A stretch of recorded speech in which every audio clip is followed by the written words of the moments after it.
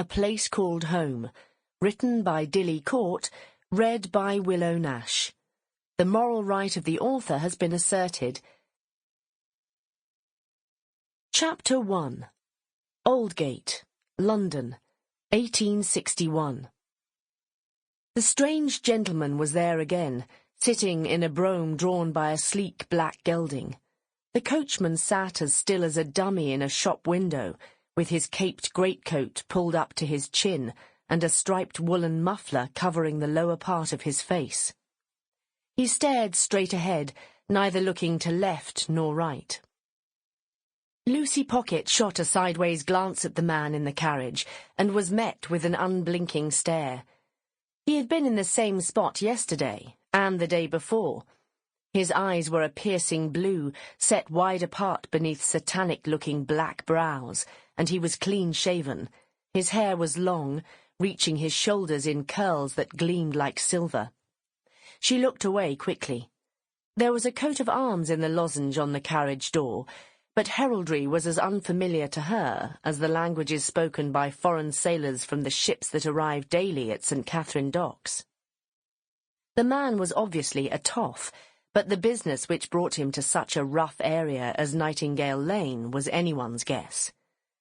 The romantic name of the road belied the fact that it was, and always had been, an area where the police worked in pairs, and ordinary people walked in fear. Lucy quickened her pace, concealing the bundle she carried beneath her ragged shawl as she headed towards Cat's Hole Buildings, where she and her grandmother had been living for the past 6 months. They never stayed anywhere for long. They had to keep moving, but they had so far managed to steer clear of the law and the gangs who demanded protection money. She sidled along the high brick wall which separated St. Catherine docks from the London dock, glancing over her shoulder to make sure she was not being followed. But the carriage had gone, vanishing into thin air, or so it seemed. She tightened her grip on the bundle she concealed beneath her shawl and hurried on until she reached Burr Street and Cat's Hole, an aptly named building, pinched between a tobacco warehouse and the King George pub. She was jostled by a large woman wearing a cloth cap, with a clay pipe firmly gripped between her teeth. "Look where you're going, you stupid little cow!" The woman, who reeked of jigger gin, thrust open the pub door, and a gust of warm air laden with tobacco smoke and the smell of unwashed bodies, stale beer and pickled onions slapped Lucy in the face. The noxious odours in the street were little better.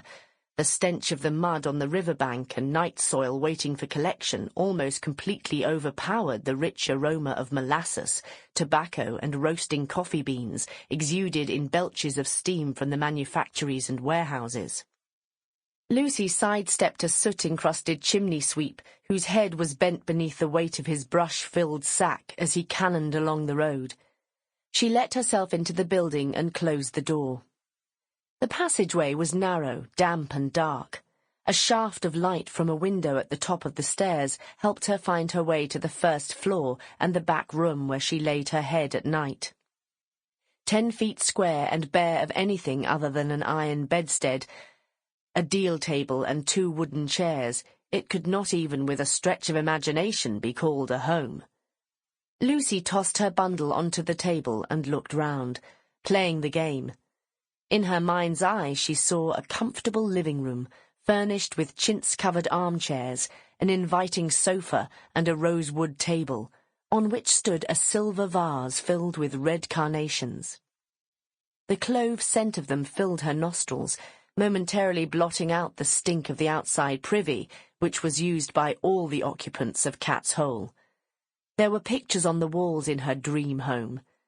Sometimes she allowed herself the luxury of examining them individually, and they changed from day to day. On rare occasions, when she was dipping pockets in Trafalgar Square, she allowed herself time to visit the National Gallery and wander through its many halls, gazing at the great masters' works. She crossed the floor, her imaginary new boots barely sinking into the thick pile of the Chinese carpet, and her silk petticoats swishing beneath her merino gown. She drew back the wine-red velvet curtains, but the material seemed to Sample complete. Ready to continue?